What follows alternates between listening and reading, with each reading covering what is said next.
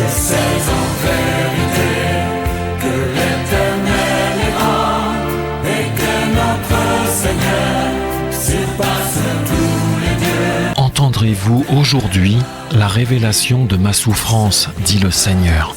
À tous ceux qui se demandent pourquoi Dieu a suscité des dictatures dans le monde, des prisons injustes qui retiennent injustement le juste.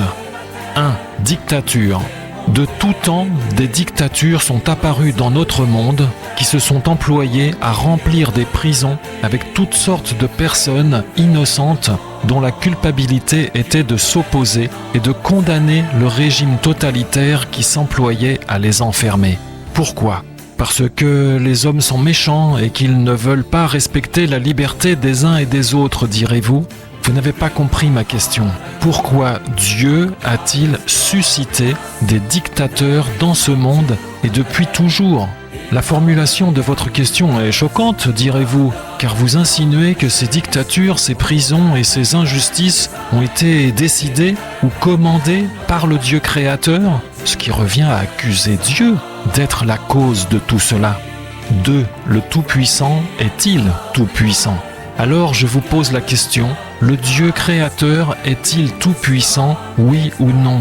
Oui, il est tout-puissant puisqu'il a créé le monde, n'est-ce pas ? Alors, quelque chose peut-il échapper à l'autorité ou au contrôle de celui qui est tout-puissant ? Bien sûr que non, sinon il ne serait pas ou plus tout-puissant.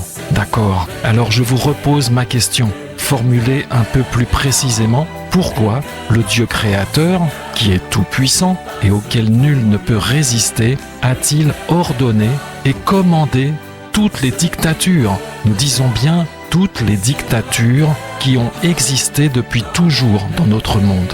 Vous ne répondez pas, vous avez peur d'accuser Dieu et d'être mal jugé par lui en validant une telle question? Pourtant, n'est-ce pas le Dieu créateur qui justement vous pose cette question? Et implicitement à chaque personne de ce monde, lorsque celle-ci se retrouve choquée par le comportement de ces dictatures qui maltraitent des hommes et qui violent leur liberté. 3. La justice de chaque homme comme une dictature envers Dieu. Alors je vous pose une autre question. Lorsque vous refusez d'accuser le Dieu Tout-Puissant d'être la cause de toutes ces dictatures, n'êtes-vous pas justement en train de mettre enfermé le Dieu Tout-Puissant dans la prison de votre propre dictature, votre propre conception légaliste de ce monde créé par Dieu, un Dieu bon qui ne peut être la cause de choses mauvaises, comme une dictature ou des massacres commis dans ce monde par des groupes d'hommes méchants? N'êtes-vous pas en train d'enfermer Dieu dans une prison, votre prison? Vous ne répondez toujours pas. Toutes ces questions vous déplaisent ou vous agacent? Vous les trouvez inutiles? Nous sommes donc bien dans le sujet. Le Dieu créateur souffre, car les hommes refusent de l'écouter et de s'intéresser à sa souffrance à lui. Ils préfèrent l'enfermer dans les prisons de leur raisonnement d'homme et repousser ainsi Dieu dans son ciel. Devant ce constat, pourrez-vous maintenant un peu mieux comprendre pourquoi le Dieu créateur a suscité, commandé et ordonné autant de dictatures dans notre monde, et avec toutes leurs prisons remplies de personnes innocentes? Elles illustrent tout simplement la souffrance indescriptible du Créateur, qui aimerait sauver les hommes de leur propre égarement et en faire ses enfants bien-aimés, mais que ceux-ci préfèrent continuer à s'opposer à lui et le meurtrir en n'écoutant pas son appel et en n'acceptant pas de s'humilier devant lui, afin de s'intéresser à lui plutôt qu'à eux-mêmes. 4. Diego est libre. Diego est libre, c'est ce que dit cette chanson connue qui dénonçait les dictatures de l'Amérique latine. Or, Diego est l'image de Dieu, que chaque homme enferme dans sa prison de sa propre dictature, dit le Seigneur. Or, effectivement, comme le dit cette chanson, Diego, Dieu, ne peut être enfermé, bien qu'il souffre de cette situation, et cette situation, cette souffrance du Créateur, annonce et illustre les souffrances éternelles auxquelles Diego le Juste, le Dieu Tout-Puissant, soumettra les hommes qui auront préféré l'enfermer dans leur prison plutôt que l'écouter, le recevoir, se soumettre à lui et prendre part à sa souffrance à lui. appelle. Alors nous vous en conjurons au nom du Dieu créateur de ce monde. Laissez-vous déranger, inclinez votre oreille et laissez-vous sauver par lui. Selon, écoutez, Ésaïe 55 verset 3, inclinez l'oreille et venez à moi, écoutez et votre âme vivra. Je traiterai avec vous une alliance éternelle, celle de la bonté fidèle envers David. Incliner, mot hébreu, shama. Entendre, écouter, obéir à. Donc accepter de se laisser déranger afin de se soumettre à. Se laisser déranger. Ésaïe 58 verset 13. Si tu détournes ton pied pendant le Shabbat pour ne pas faire ton plaisir en mon saint jour, comprenez, pour rechercher mon plaisir à moi, dit Dieu, plutôt que tes propres plaisirs, désirs d'homme. Si tu appelles le Shabbat tes délices et honorable ce qui est saint à Yahweh, et si tu l'honores au lieu d'agir selon tes voies, de trouver ce qui te fait plaisir et de proférer une parole, alors tu prendras plaisir en Yahweh. Je te ferai monter sur les hauteurs du pays et te nourrirai de l'héritage de Yaakov, ton père. Compréhension, si tu acceptes de renoncer à toi-même pour te soumettre à moi, dit Dieu, je te révélerai que c'est en obéissant à ma volonté que ta vie sera pleinement réussie et que tu seras véritablement heureux. Oui, la bouche de Yahweh a parlé. 5. Entendre, recevoir cet appel. Le Seigneur a mal au dos à force de subir les coups perpétrés par les hommes qui refusent de l'écouter. Alors, si vous voulez éviter de recevoir tous les mêmes coups en juste retour de sa part, et pour l'éternité, prenez part à sa souffrance maintenant et revenez à lui, afin d'être une consolation plutôt qu'une cause d'indignation. Je vous ai aimé, dit le Seigneur. Réponse à l'appel. Oh oui, Seigneur, sauve-nous et arrache-nous de cette mort, car nous voulons t'aimer. Vous sauver? Vous voulez que je vous sauve, dit le Seigneur? Alors sachez que le grand paradis blanc, qui était chanté également par ce même chanteur, n'existe pas, car ceux qui se seront soumis à moi seront avec moi dans mon ciel, qui s'appelle la Nouvelle Jérusalem, selon ma parole. Les autres seront projetés dans le lac de feu de ma colère et subiront les souffrances qu'ils m'auront fait subir en refusant de recevoir ma révélation.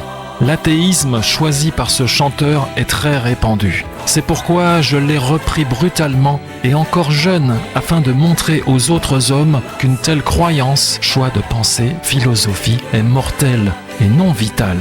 J'avais donné de grands talents musicaux à ce chanteur et sa vie aurait été longue et aurait permis de sauver beaucoup de gens s'il n'avait pas préféré l'esprit de l'erreur à la vérité. C'est pourquoi, vous qui entendez ce message aujourd'hui, revenez à moi et vous vivrez. Vous vivrez par et pour la gloire de Dieu, car il n'y a pas d'autre gloire, dit le Dieu des cieux. À celui qui recevra cette parole, le vainqueur, dit ma parole, il héritera la couronne de vie dans mon royaume, et toute larme, toute tristesse de ce monde seront définitivement consolées avec moi de ma propre consolation éternelle. Acceptez la vérité au lieu de choisir votre vérité, philosophie. Si vous voulez que je vous sauve, dit Dieu, dénoncez et condamnez tous ces chanteurs du monde qui n'annoncent pas la gloire de Dieu. Dénoncez et condamnez tous ces pasteurs qui vivent dans leurs églises de ce monde. Ils se servent de ma parole pour s'enrichir. Sachez que je n'ai aucune église, bâtiment dans ce monde, car mon église est constituée d'âmes vivantes et non de pierres regroupées en bâtiments. Dénoncez et condamnez tout homme politique, tout homme médiatique, toute personne, même de votre famille, qui ne recherche pas, par sa vie, à vivre pour la gloire de Dieu. Annoncez-leur la vérité, qu'en dehors de Dieu, il n'y a aucune vie possible, car je frapperai tous ceux qui, comme Aragon et les libres penseurs d'un monde illusoirement vécu sans Dieu, ont voulu me tenir tête et me défier, dit le Seigneur. Tous ces hommes qui auront préféré vivre pour leur propre gloire, plutôt que de se soumettre à la mienne, ils seront frappés de mort. Pour toujours, dites-leur cela. Croire, accepter de renoncer à soi-même pour se soumettre à Dieu. Genèse 15, verset 6. Abraham crut en Yahweh, qui le lui compta comme justice. Et il lui dit, « Je suis Yahweh qui t'ai fait sortir d'Our en Chaldée afin de te donner ce pays en possession. » Comprenez, Abraham accepta de se soumettre à Dieu, crut en Yahweh, qui lui donna alors le salaire, justice, récompense de cette soumission. Et il lui dit, « En tant que Dieu Tout-Puissant, je t'ai arraché de l'égarement de ce monde, Our en Chaldée, afin de te donner une possession chez moi dans mon ciel. » Conséquence de croire. Genèse 17, verset 1. Lorsqu'Abraham, étant âgé de 99 ans, Yahweh apparut à Abraham et lui dit, « Je suis El Shaddai, le Dieu Tout-Puissant. Marche devant ma face et sois intègre, et je mettrai mon alliance entre moi et toi, et je te multiplierai extrêmement, extrêmement. » Alors Abraham tomba sur sa face, et Dieu lui parla et lui dit, « Quant à moi, voici, mon alliance est avec toi. Tu deviendras le père d'une multitude de nations, et on ne t'appellera plus du nom d'Abraham, celui dont le père est élevé, mais ton nom sera Abraham, père d'une multitude, car je t'ai établi père d'une multitude de nations. Je te ferai extrêmement, extrêmement porter du fruit. J'établirai donc mon alliance entre moi et toi, et entre ta postérité après toi, selon leur génération. Ce sera une alliance éternelle en vertu de laquelle je serai ton Dieu et celui de ta postérité après toi. Je te donnerai, à toi et à ta postérité après toi, le pays où tu demeures comme étranger, en possession perpétuelle, et je serai leur Dieu. Dieu dit encore à Abraham, « Tu garderas donc mon alliance. » Comprenez, tu seras rendu capable de garder, respecter mon alliance. Toi et ta postérité après toi, selon leur génération. Amen. Soumettez-vous à Dieu seul, afin qu'il vous sauve. Amen.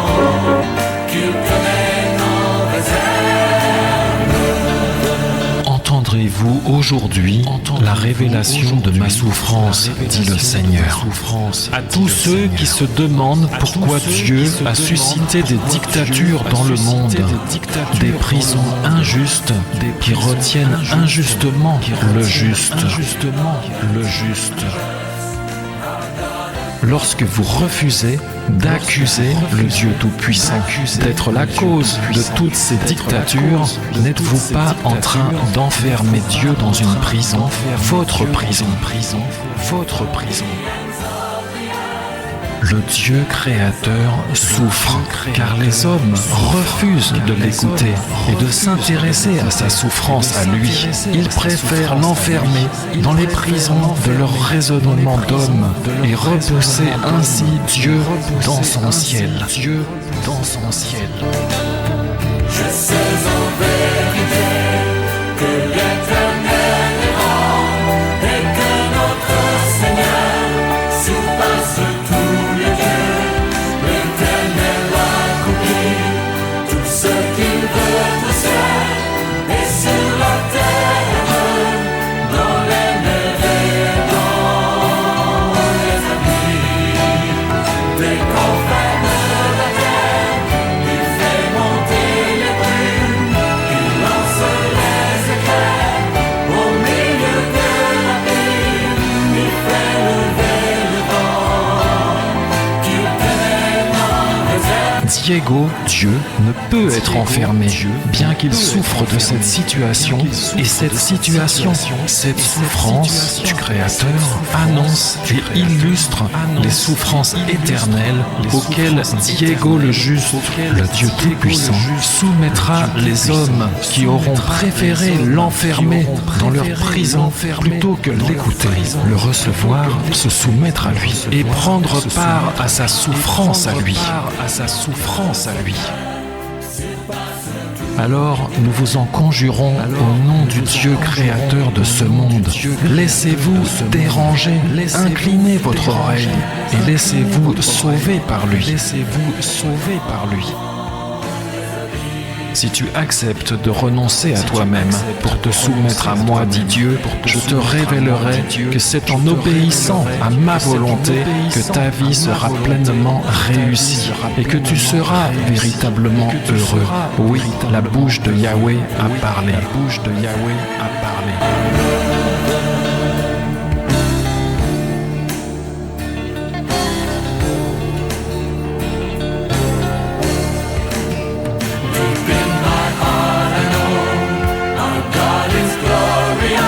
Le Seigneur a mal au dos à force de subir les coups perpétrés par les hommes qui refusent de l'écouter.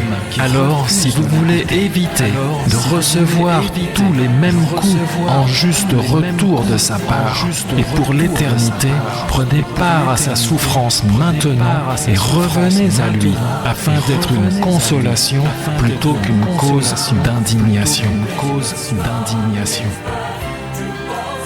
C'est pourquoi, vous qui entendez ce message aujourd'hui, revenez à moi et vous vivrez. Vous vivrez par et pour la gloire de Dieu, car il n'y a pas d'autre gloire, dit le Dieu des cieux.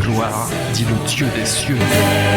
Que l'Éternel est grand et que notre Seigneur surpasse tous les dieux.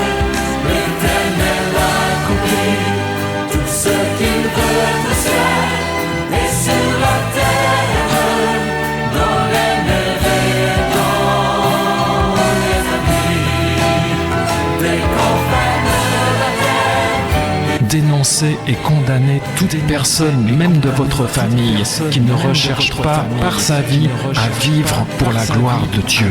Annoncez-leur la vérité, qu'en dehors de Dieu, il n'y a aucune vie possible.